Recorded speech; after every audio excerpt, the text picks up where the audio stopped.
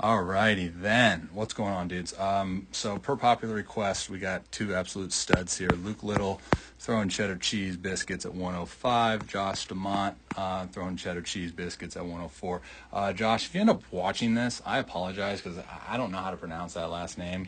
But yeah, no copyright on these videos. Got the Josh's video from PFA. Love, absolutely love that account.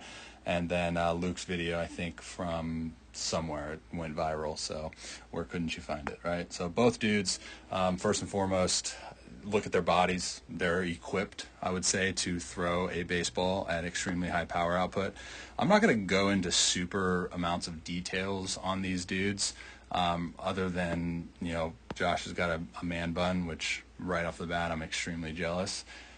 Anyways, we won't dive into that. So one thing I want to see, they maximize leverage and separation better than 99.9999999% of anyone that throws a baseball. Okay, what I mean by that is you're going to watch them get into their drive, and then as they come into their rotation of that trail hip, boom, full front foot contact.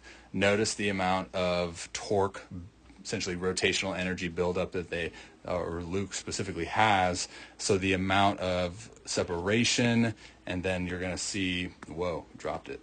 Then you're going to see at the time of stabilizing in this lead foot, this thing's just going to go like 9 zillion miles an hour, Newton meters. Whoa.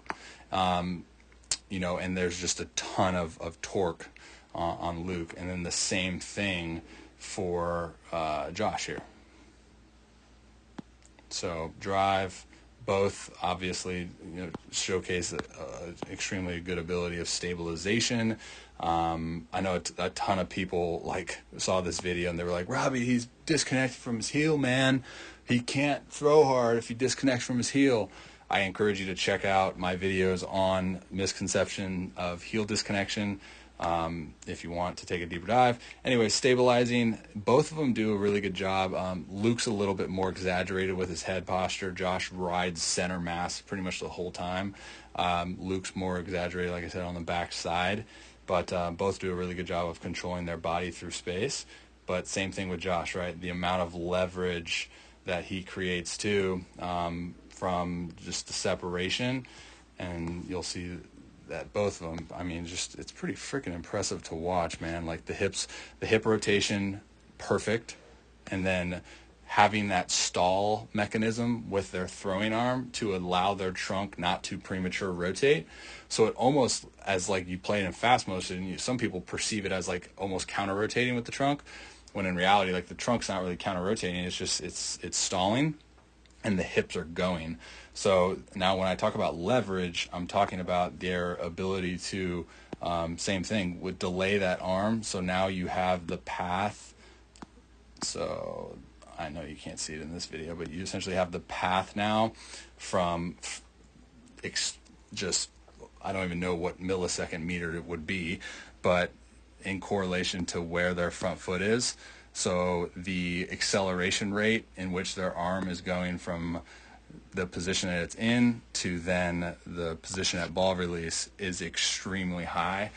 Again, I encourage you guys to take a look at my videos on early arm raise guys who miss out on a lot of potential energy and leverage.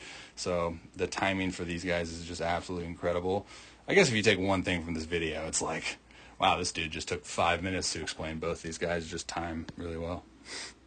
But yeah, I think obviously extremely high power output. You'll see this, the overall body awareness and body control of Josh is absolutely spectacular. Their ability to stabilize on that lead leg is incredible. There's minimal amount of leakages of energy from their force into the backside, transferring into their front side.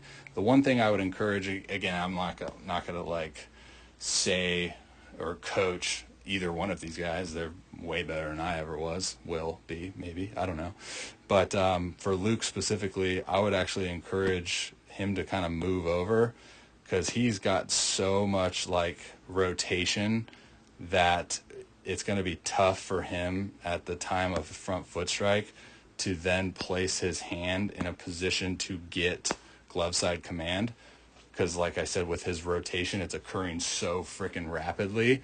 And again, it's just kind of one of those things for guys to look at front foot strike, because he does a really good job of holding rotational energy until that last second, right? We talk about that rubber band analogy. You pull it, pull it, pull it, pull it, pull it, and then snap. And I mean, think about the athleticism that needs to be portrayed. I can't see where Josh's foot position is, but everything looks pretty good as far as his direction with his body. As you see, Luke's kind of has to pull off just a little bit. Yeah, so frickin' A, right? Not much to say. They both throw over 100 miles an hour, and that's pretty impressive if you ask me. Cool. Well, as I mentioned, check out the videos that I alluded to earlier in this if you want a little bit more context on those things. I know there's going to be a lot of questions, but excited to watch these guys progress, man. They're studs, and it's always fun watching studs. So, okie dokie, big gulps. I'm going to sign this because I'm using a pen stylus. Woo! That's not even my signature. I'm out. See you, dudes.